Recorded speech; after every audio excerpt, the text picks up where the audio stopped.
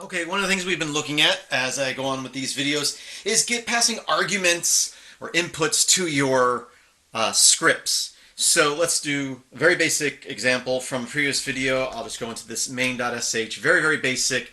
We could do $1 for the first argument, $2 for the second argument. So now I can run that script and I can say Chris and John, and it says hello Chris, hello John. If I give more than that, it just ignores those. If I don't give enough, we didn't do any checks in this particular script, so the second line is just going to be hello blank.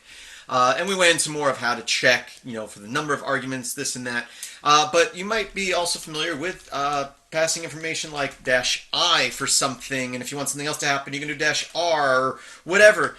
Let's look at how to do that, and I've written up a script here that we'll walk through and look at, and basically we're going to use what's called getOps, which looks at those options, and then we're going to use a case statement, which I've done videos on in the past, which is a lot of times used for menus, but here we're going to check what's passed and set values or run functions based on what is passed. So I'm just going to Vim into Vim is my text editor, use whatever text editor you like, this check.sh. So going up to the top, it's a bash script, and I have a main function. That main function we'll call the check function, and then it will also run something after that to show that stuff's set here. It can go up here. If we go down to the bottom, this is where we're calling the main function. We're writing it up top, but we're actually running it down here. This $@ symbol, basically, if I wanted to, and I should have went over this more in detail in a different video, but we'll go back to our main script here. If I wanted to, I can go here. I can say argument like that, and now I can say main John and Chris, and it's going to print every argument. So that's what the $@ symbol does. It prints all arguments.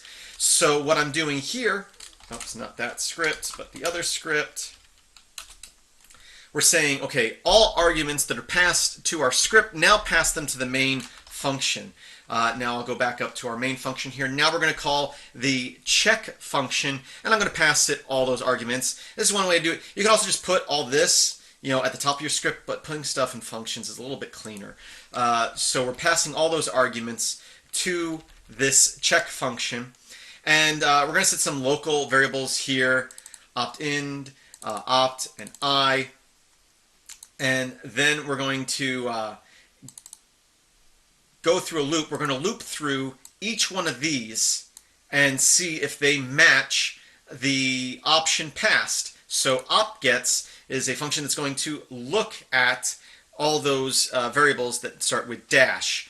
So let's quickly look. We have I, C, M, N, and \$. Let's just run the script a couple of times and see what we get. So I can go check, and I can do C.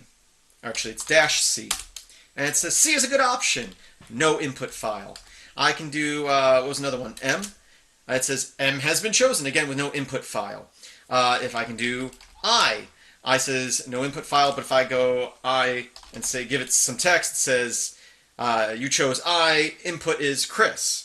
Okay, so, and if I give it an option that isn't one of those options, like H or anything else, it's going to print out our help function. We'll look at that more. So it's not just H, but if I just do anything, M is an option. Let's try K is not an option. And I can do even, options that are in there like C and M, but if I have K in there, it's going to go through that, and when it gets that option, it's going to run that help function because it's like K is not an option. Let's go ahead and look a little bit more at how this works. Again, at this point, after we run getOps and give it our options, starting with the colon here, and then other options. Now, why is there a colon here? Well, any of these with a colon after it is saying there should be some sort of argument after that switch. So we're saying I, which is looking for an input, it's looking for text after that. So that's why we have that semicolon there, or not semicolon, but colon there. So now, and we're putting that into a variable called op, and we're looping through it. So now we're going to say, okay, we're looking at each argument given, and we're checking if it's any of these things. And if it is, do whatever's after this. And if you've done case statements before, this is a basic case statement. We're saying, okay, if the argument, as we're looping through, is an I, we're just going to echo out, you chose I. And then then a new command, we're setting a variable input equal to whatever argument. So opt_arg is whatever argument is put in the place of this colon here. So we're echoing that out. And then later on in the script down here, we're checking our input. And as long as input is not blank, we're going to print out, echo out, input is input. If it is blank, if there's nothing in that variable, we're going to print no input file, which in this case is just text. We're not checking for a file, but lots of times that would be the name of a file, an input or an output file. Now, if it's C, we're just going to echo out C as a good option. If it's M, we're going to set M to true. And then back up in our main function, when we get out of this check function, now we're going to say if M, so if it's true, we're going to echo out M has been chosen. But if it isn't set to true, it's just going to not print that. If N is an option, it's just going to run the N function, nfunc, which is down here. And there can be any number of commands in this function. And I'm just giving you different options on how you can use these here. And then the backslash question mark, that's a question mark, not a dollar sign. It's going to run the help function, which basically the backslash H is if it's anything other than those options, it's going to exit, or it's going to run that function. And in this case, I say exit, which is interesting because if I don't do that exit, it will print the help function. So if I get rid of that, so here's an example. I go through here and I say CKM. Let's clear the screen. CKM. C and M are options. Here it's going to say C is an option. This is going to print our help file, but never get to the M because we exit out before we get there. If we go back in here and I remove this exit saying that it failed and run that same thing again, it will say C is an option, print our help function, then it will print no input file because there was no input file, and then it will print our function that happens when M is chosen. So because I had to exit there, it exits out before I get there. So it all depends on what order things need to come in your script. So this is just a very quick overlook on opt-get. We'll be using this in a future video. That's why I wanted to quickly go over it. I'll try to remember to post this in Pastebin and put a link in the description of the video. If not, you can always go to my website, go to software, my notes, and search for GetOps, and you'll find this among a few other scripts where I use that, so you can see different examples of it.